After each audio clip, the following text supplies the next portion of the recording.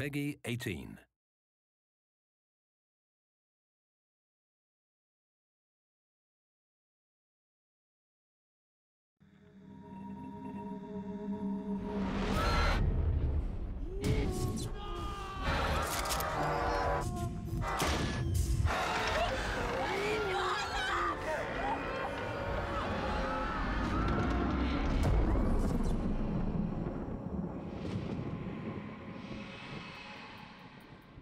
To officially kick off the campaign for Metro Last Light, THQ, in partnership with creative agency Itchy, created an epic live-action short film to tell the story of those present at the end of the world and the beginning of the world of Metro. Ready? Action! Go! Go! Go! Keep going there. Let's go. What drew me into the project was the sheer epic scale and sort of scope of the story. Reading the basic script that I was given, there was so much potential for character development, and the idea of depicting this event that is the end of mankind is something that was very alluring. When we were looking for a director to pick up this piece, we were really after someone that understood the necessity to create this bleak vision of a near future. And something that Jim's treatment really brought to life was another level to our storytelling, and he just got it completely. You gotta get out. Obviously, a big part of getting the right director on board was also finding a great director of photography, and Jim recommended Mark Patton, who was just coming off Prometheus, so he was absolutely the right choice for us.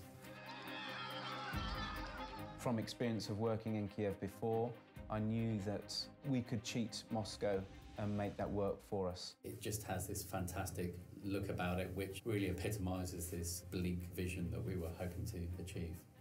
Kiev was pretty much the ideal location apart from the weather. Extreme cold meant that we couldn't stand still, we had very little time to think, and on top of that we had to throw in 100 extras, car stunts, rampaging through the streets. But through planning, we actually got away with a lot in the time we had. We also invited a lot of people from 4A to help add to the weight of bodies. And in actual fact, I think we cleared out most of the office. Yeah, that was a lot of fun. The third day was the hardest shoot. We shot for 22 hours without stopping, which was pretty incredible. We had to shoot in 3 locations, including being on the Metro Underground system at 4 o'clock in the morning. The Ranger's costume is based on Artyom's character.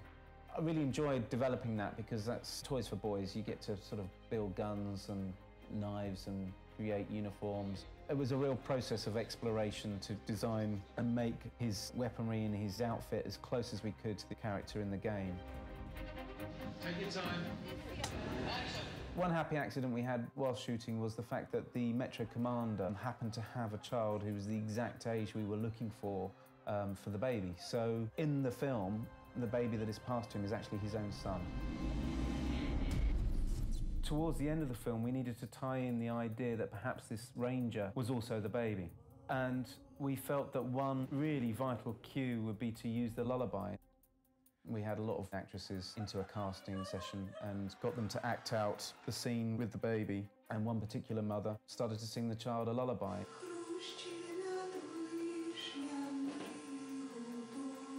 And it was so moving and emotive that we knew immediately that that was the woman and we were going to use that in the film. The Mother's Lullaby was one of those things that no matter how much you prepare, how much you plan, some things just come along and they absolutely click and make perfect sense.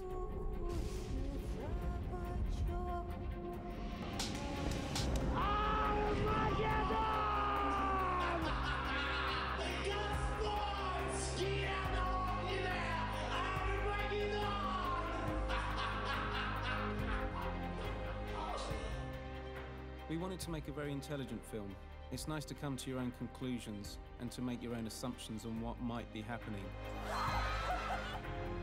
It became apparent very quickly that we had so much great material and so many different converging storylines that we realized in order to stay true to our initial vision and create the epic trailer we always intended, that we allow these stories to be told.